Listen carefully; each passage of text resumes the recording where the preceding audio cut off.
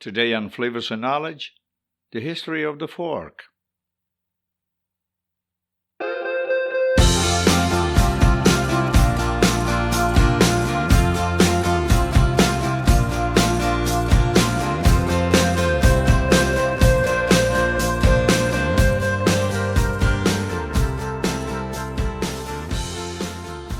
Hello friends, welcome back to our Food Learning Podcast, where we strive for honest food talk and few opinions.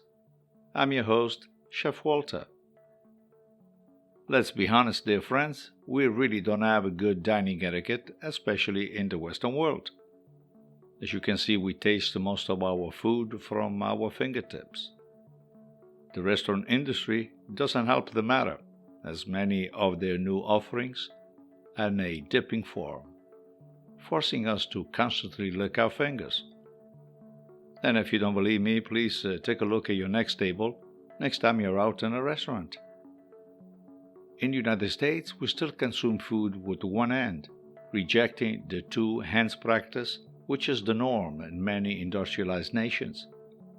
And so let's talk about the fork, one of the essential tools we have at our disposal. There are, of course, endless stories and too many unfounded legends related to the food and its evolution. For example, reading The Genius of the Taste, a book written by Alessandro Magno, which was published by Garzanti, tells how Italians' eating has conquered the world.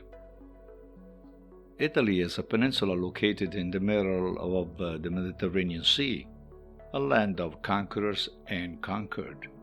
Consequently, ethnic purity doesn't really exist.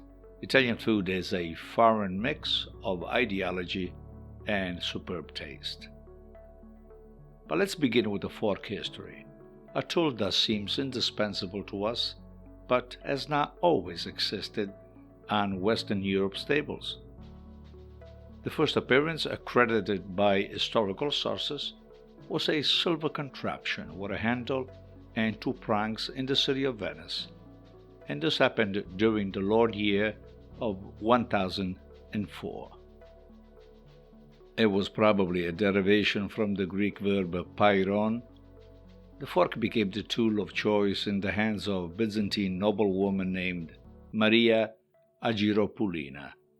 She was the wife of Giovanni Orseolo, which was the son of the Doge of Venice. But unfortunately, the Venetian regarded the use of the tool in question as a mere oddity.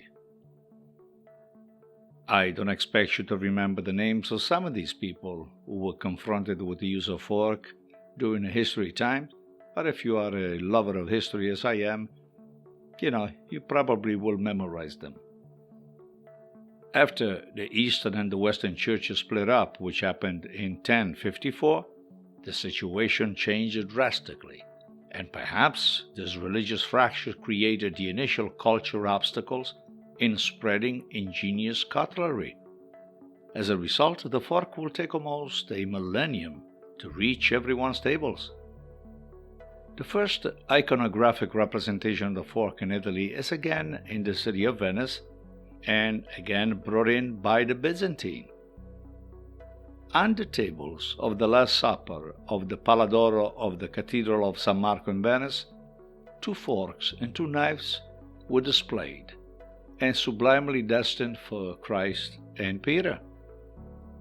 The cutlery was not for everyone, but only for the principal characters.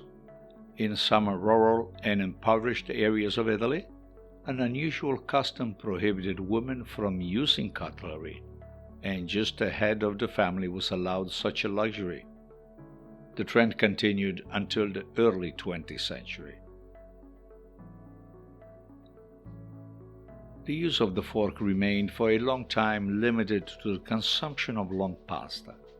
In the city of Milan, in 1288, the gentleman Bonvicin della Riva tells us how people hate their food, mentioning primarily spoons and knives, but not the fork. Eating pasta in Milan was an ambitious job. The fork arrives in the city much later. And in the Renaissance, cutlery shapes changed following society's natural evolution.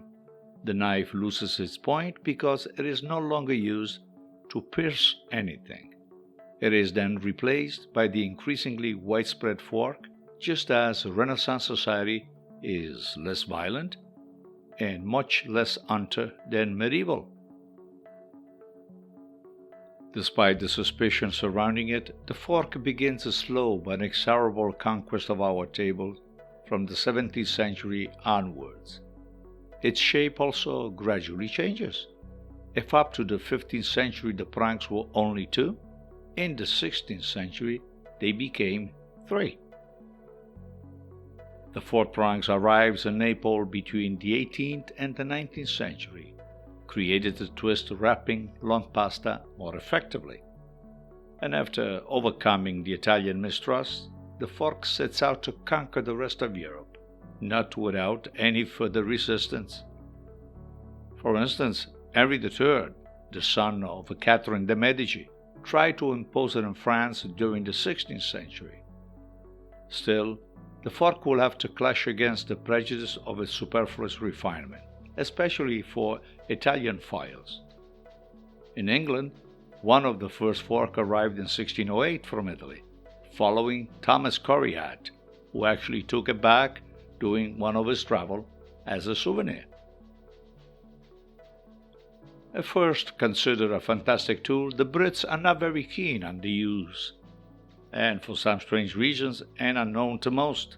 In fact, at the beginning of the 18th century, the utensil is absent in part of the mainland and various British Isles. However, the middle to upper classes of Europe, but not so the poor, will begin to consistently use the fork from the end of the 18th century. Still, it will take another century before the Byzantine custom consolidated our shared traditions. And finally, one of my most brilliant ideas came from looking at a group of English people, and while dining in one of my restaurants, they were trying to cut the spaghetti. I quickly thought of a course to teach, especially to those who don't do this since childhood. The one, la practice, that we use in Italy to wrap long pasta around a fork, occasionally with the help of a spoon. And I thought, could it be a success? Or will finger food relegate the fork to oblivion in a few years to come? After all of these years, I am still puzzled by our one-hand dining ritual. And who knows what happens in the future. And that is all for this episode of Flavors and Knowledge and the history of the fork. I hope it was to your enjoyment. Please follow this podcast on Anchor.fm or any of your preferred platforms. I will include all pertinent information on the show notes regarding our travel business, cooking school, and much more. If you are in the kitchen today or tonight, always keep your eyes on the fire, and we'll reconnect on the next round with another interesting food talk and few opinions. Eat safe. Ciao, ciao.